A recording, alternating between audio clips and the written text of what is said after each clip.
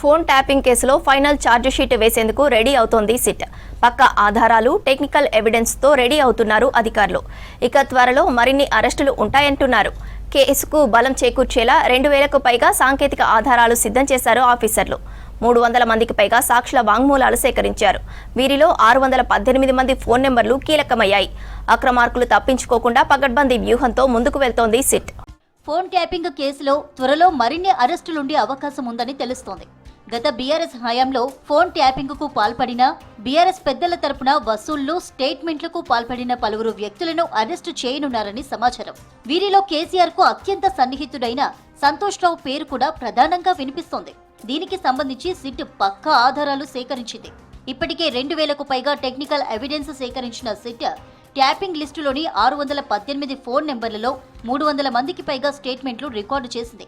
ఇందులో tapping లిస్టుకు approval ఇచ్చిన మాజీ సీఎస్లు, రివ్యూ కమిటీలోని ఐఏఎస్, ఐపీఎస్లు, ట్యాపింగ్ తో బ్లాక్ మెయిలింగ్ కు గురైన వ్యాపారవేత్తలు, రాజకీయ ప్రత్యర్థులు, ఇతర ప్రముఖుల స్టేట్మెంట్లు ఉన్నాయి. ఇవే కాకుండా ట్యాపింగ్ తో రికార్డు చేసిన ఆడియో రికార్డింగ్లు, వాట్సాప్ చాటింగ్ స్క్రీన్ షాట్స్ సహా ఇతర ఎవిడెన్స్, ఎఫ్ఎస్ఎల్ రిపోర్టులు దర్యాప్తులో కీలకంగా మారాయి. కేసు దర్యాప్తులో భాగంగా మొదట్లో కొంతమంది పోలీస్ అధికారులను అరెస్టు చేసిన సిట్ కొంతకాలంగా విచారణకే పరిమితమైంది. ఇక త్వరలో కేసుతో సంబంధం ఉన్న కొందరిని అరెస్టు చేసేందుకు సిద్ధమవుతోంది. త్వరలోనే అదనపు ఛార్జ్ షీట్ దాఖలుకు ఏర్పాట్లు చేస్తోంది.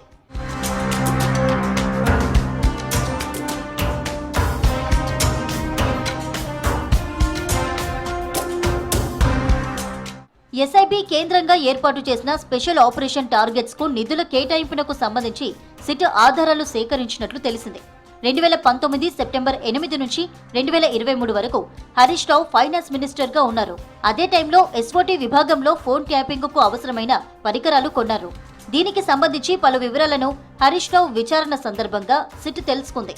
దీంతో పాటు ఎన్నికల టైంలో సిద్దిపేట నియోజకవర్గంలోని ప్రత్యర్థుల ఫోన్లు ట్యాపింగ్ చేయడం, నగదు పట్టివేతకు సంబంధించి వివరాలతో పాటు బాధితుల వాంగ్మూలాలను రికార్డు చేసింది.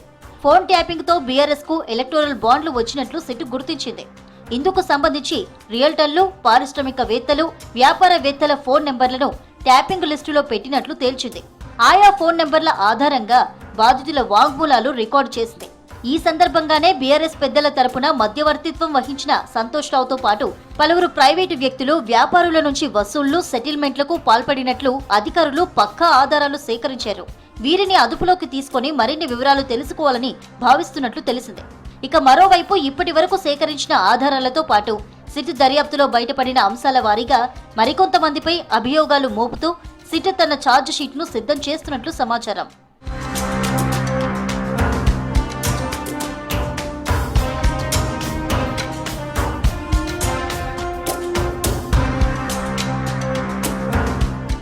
గత ప్రభుత్వ హయాంలో హోంశాఖకు మంత్రి ఉన్నా లా అండ్ ఆర్డర్ మాత్రం సీఎం కేసీఆర్ ఆధీనంలోనే ఉండేది. నాడు ఇంటెలిజెన్స్ ఐజీగా పనిచేసిన ప్రభాకర్ రావు పదవీ విరమణ చేసినప్పటికీ తెచ్చి ఎస్ఐబి చీఫ్ గా నియమించారు. అలాగే సిటీ టాస్క్ ఫోర్స్ డీసీపీగా ఉన్న రాధాకిషన్ రావుకు మరో 2 ఏళ్లు పొడిగింపించారు. ఇలా ఎందుకు చేశారో కేసీఆర్ ను ఇటీవల సిట్ అడిగి తెలుసుకుంది. ప్రభాకర్ రావు నియామకానికి సంబంధించి పూర్తి డాక్యుమెంట్లను సేకరించింది. ప్రభాకర్ రావు, రాధాకిషన్ రావు కూడా కస్టడీలో ఇచ్చిన స్టేట్మెంట్లను, కేసీఆర్ స్టేట్మెంట్లోని అంశాలను సిట్ పరిశీలించినప్పుడు ప్రభాకర్ రావు నియామకం వెనుక కుట్ర కోణం ఉందనే నిర్ధారణకు సిట్ అధికారులు వచ్చారు. మరోవైపు ఎస్ఐబి చీఫ్ గా ప్రభాకర్ రావు నియామకం దగ్గర నుంచి 2023 డిసెంబర్ 4న బేగంపేటలోని ఎస్ఐబి లాగర్ రూమ్ ధ్వంసం వరకు సిట్ బృందం పూర్తి టెక్నికల్ ఎవిడెన్స్ సేకరించారు.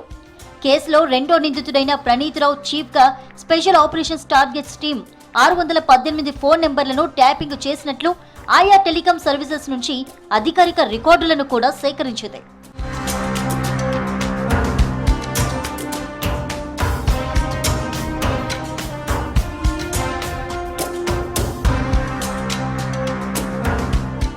కేసీఆర్ విచారణ తర్వాత సిట్ మరోసారి కీలక భేటీ నిర్వహించింది. సిట్ చీఫ్ సజ్జనార్ నేతృత్వంలో అధికారులు, న్యాయ నిపుణులతో సమావేశమయ్యారు. కేసులో నిందితులు, బాధితులు, సాక్షులు ఇచ్చిన స్టేట్మెంట్లతో పాటు హరీష్ రావు, కేటీఆర్, సంతోష్ రావు, కేసీఆర్ పర్సనల్ ఓఎస్డీ రాజశేఖర్ రెడ్డి, ఇక చివరగా కేసీఆర్ ఇచ్చిన స్టేట్మెంట్లను పరిశీలించారు. తర్వాత తీసుకోవాల్సిన చర్యలపై న్యాయ సలహాలు తీసుకున్నారు. ఫోన్ ట్యాపింగ్ తో ప్రత్యక్షంగా పరోక్షంగా సంబంధాలున్న మరికొంతమందిని అరెస్టు చేయాలనే నిర్ణయానికి వచ్చినట్లు సమాచారం.